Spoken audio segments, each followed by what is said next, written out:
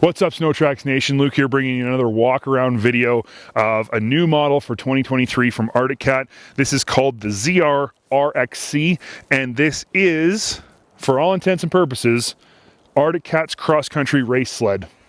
For the trail, for you, for all of us. So I've got some opinions about this thing. I've got some information for you. It's actually a very interesting sled.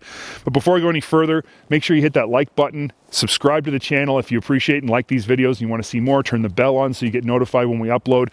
We got lots of content coming for you, lots of opinions and things that we say that get people riled up, and you don't want to miss out on any of that fun. So make sure you subscribe and hit the like button. We appreciate that. Without further ado, let's talk about Thundercat's new 2023 ZR RXC. So what is this thing? Well, basically, the long and the short of it is this. Thundercat has to sell a certain number of sleds, a certain number of race sleds, before they're legally allowed to be raced. So there's a rule in racing that you have to sell X number of this sled before it can be legally raced. They could have just built a handful of these things and given them to their racers, but that wouldn't have got them in the door from a racing legality standpoint. So they said, hey, we need to sell a bunch of them. Let's just sell them to people who want a hardcore, super aggressive trail sled.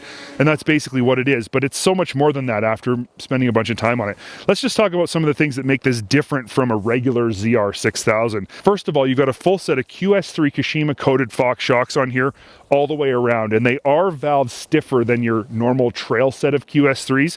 With that said, if you run them in full soft, the sled actually rides pretty good. It's not as smooth as a regular ZR at full soft, obviously, and at full firm, it's considerably stiffer, but at full soft, it can be trail ridden all day. I rode it through the biggest whoops I could find in only the middle setting, and it handled all of them no problem. If I was a professional racer still and was out racing a proper cross-country race, I might crank them up to full firm, but as it sat, I'm very impressed with the ride quality. Another really unique thing about this sled that's different is that it has a 43.5-inch ski stance, which is something I don't think I've ever heard of on a snowmobile. The extra width makes a huge difference in handling, and that's one of the things about this sled that's very impressive. It's designed for cross-country racing, not snowcross. Cross-country racing is all about high speed, as fast as you can go, cornering as fast as you can go, and then running through bumps as fast as you can go.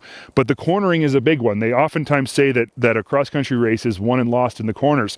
So Thundercat spent a lot of time figuring out how to make this thing corner super flat and super precise, and it does both of those things really well. Out back, you've got their race-specific skid frame, cross-country race-specific skid frame, and it has a bunch of changes in it. It's got solid idler wheels that are super strong.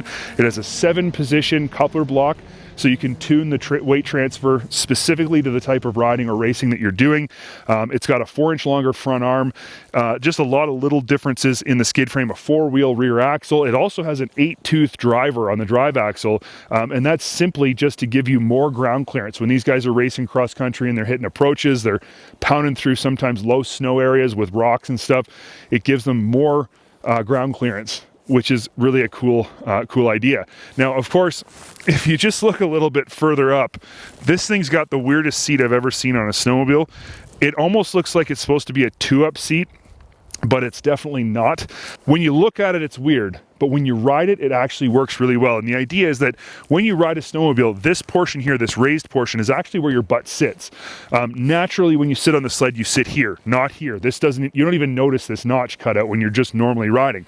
But when you want to corner as hard as possible and you're leaning off the side of the sled, you actually hook your leg in through here, your I guess outside cornering leg in here, which allows you to get even lower and get your other leg, your inside leg, even farther up on the side panel. So that whole seat system is specifically designed for you to move your body further to the inside of a corner, get your weight further on the inside so that you can corner faster. That's all that's for. Now, however, as I look at it, and right now I'm just thinking about this idea came to my mind. This could actually be a great seat if you had kids and you wanted your kids to ride in front of you. This might actually be perfect for that. So I don't know, maybe we'll ask Thundercat for one of these seats to put on our 6000 next year and try it out with some kids to see if it works right, because modern snowmobiles don't work great with kids, but that could be the solution. Who knows? Multi-purpose. Another thing this thing has that's unique to the 6000 series is it has a 12-pound lightened exhaust can. That's a lot of weight. I mean, basically that's an aftermarket exhaust can. If you buy an MBRP exhaust, you're saving 12 pounds in many cases. You're getting that from the factory on here. It does sound different. It's louder, raspier. It has a throatier exhaust note, which I really, really like. But it definitely saves the weight, and I think that was the main purpose. Speaking of the engine though, you do have to come to terms with this engine because it's designed, again, as I said, for cross-country racing. It has probably the shortest power band of any engine I've driven, other than maybe Arctic Cat's old ZR 4500. Remember that sled? It was just crazy pipey. It made no power until it was right at the very top of the RPM range. This sled's not quite that bad, but it is like that. Between idle and about 6,900 RPM, the power is smooth as butter. It's very controllable. It's easy to ride. It would make it very easy to ride on the trail, but the power feels pretty soft. Once you hit 7,000 RPM, the power just goes like, it just ramps straight up and the sled takes off. It's almost like you flipped a light switch and all of a sudden it's just gone. It's something that at first feels very weird and almost like I kind of didn't like it.